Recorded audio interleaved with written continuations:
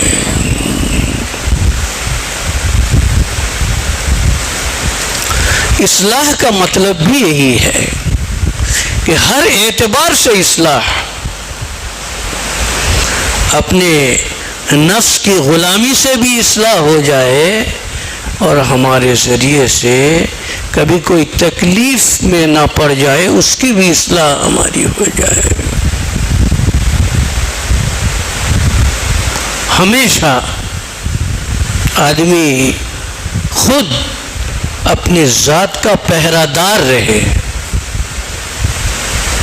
تو بھائی صاحب کہہ رہے تھے کہ بیوی کو تو آدمی مفت کا مال سمجھ کر جو چاہے بول دیتا ہے، ان کی اگر اتنی سی غلطی ہو جائے تو اتنا اس پر ظلم ہو بیچاری سہ لیتی ہے۔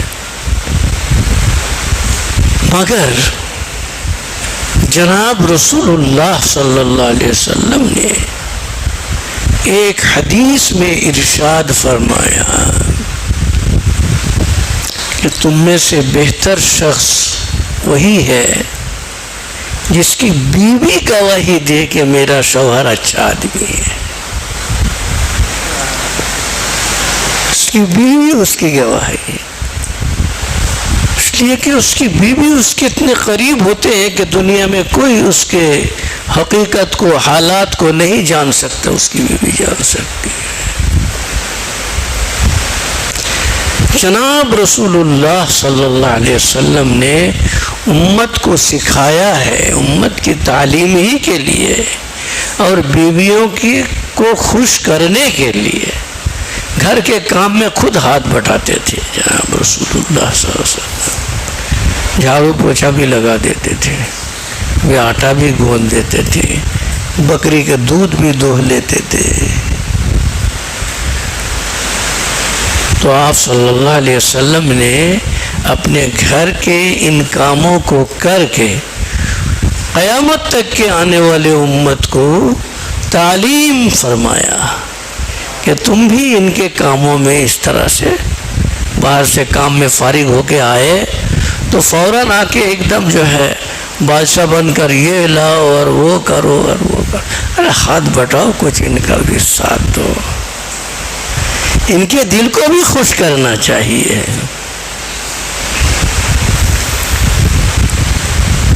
اس لیے بھائی صاحب نے بہت اچھا موضوع ایک مطلب سامنے لایا. بہت طویل موضوع ہے. ہمارے حضرت حکیم الامت مجدد الملت نور اللہ مرقتہ حضرت تھانوی کے یہ اصول تھے.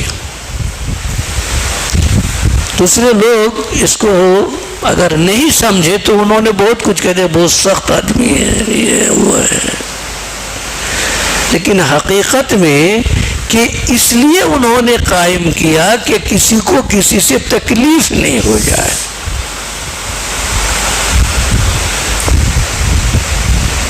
اب میں کتاب لکھنے بیٹھا ہوں, اب کوئی آدمی گھٹ سے آئے, بولا جی حضرت جی میرے کو ایک تعویذ دے دو, اور میں اس کو ڈانٹ دوں کہ کیا یہی وقت ہے تمہارے آنے کا, تو یہ سب خرافات, یہ فتنہ, یہ تکلیف دینے والی بات پیدا ہی نہیں ہو. اس اصول سے رہو. ہر کام کے لیے حضرت نے وقت متعین کر رکھا تھا, تعویذ کا بھی وقت متعین کر رکھا, تعلیم کے لیے بھی, تربیت کے لیے بھی. خطوط کے سینکڑوں خط, শত চিঠি এক এক দিনে আসতো সারা দুনিয়া থেকে, তার প্রত্যেকটা উত্তর প্রত্যেক দিনে তার লেখার টাইম. اور جو اخص الخاص احباب ہیں ان کے لیے بھی الگ وقت اور عوام کے لیے بھی الگ وقت.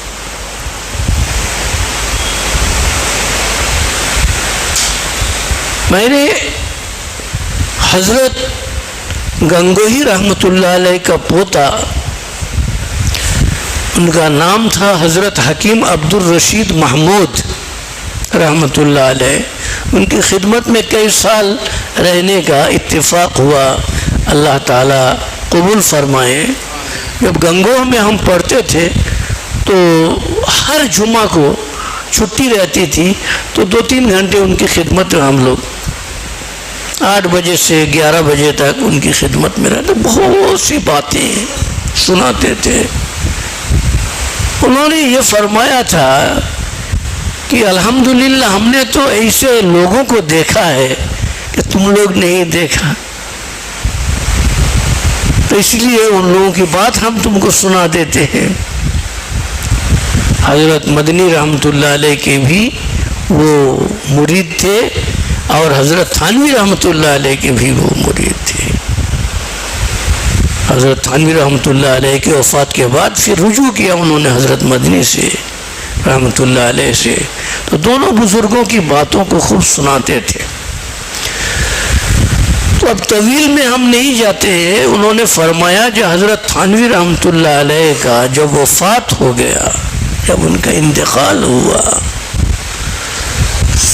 تو اس زمانے میں کوئی بہت بڑے بزرگ نے ان کو خواب میں دیکھا. فرمایا حضرت اللہ تعالیٰ نے آپ کے ساتھ کیا معاملہ فرمایا, آپ کے ساتھ اللہ تعالیٰ نے کیا معاملہ فرمایا. تو فرمایا کہ مجھے جب فرشتے اللہ تعالیٰ کی خدمت میں لایا تو حق تعالیٰ شانہ مسکرا رہے تھے, اور فرمایا جاؤ محمد تمہارا انتظار کر رہے ہیں.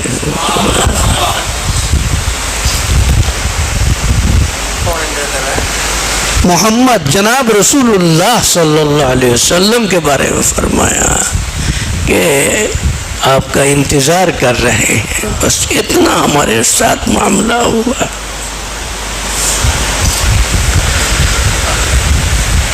تو حقیقت میں اصول کے ساتھ رہنا اور اپنے آپ کو کنٹرول کرنا, بیلنس میں چلنا, اللہ تعالیٰ توفیق نصیب فرمائے. ہم سب لوگوں سے زیادتیاں ہو جاتی ہیں، لیکن اتنی بات ضرور ہے کہ بزرگوں کی صحبت کی وجہ سے احساس ہو جاتا ہے کہ یہاں پر ہم سے کچھ زیادہ ہی ہو گیا، زیادتی ہو گئی، معافی بھی مانگ لیتے ہیں. وہ بھی اللہ کی توفیق سے ہی ہے، اللہ تعالیٰ اللہ کی رحمت سے، توفیق سے.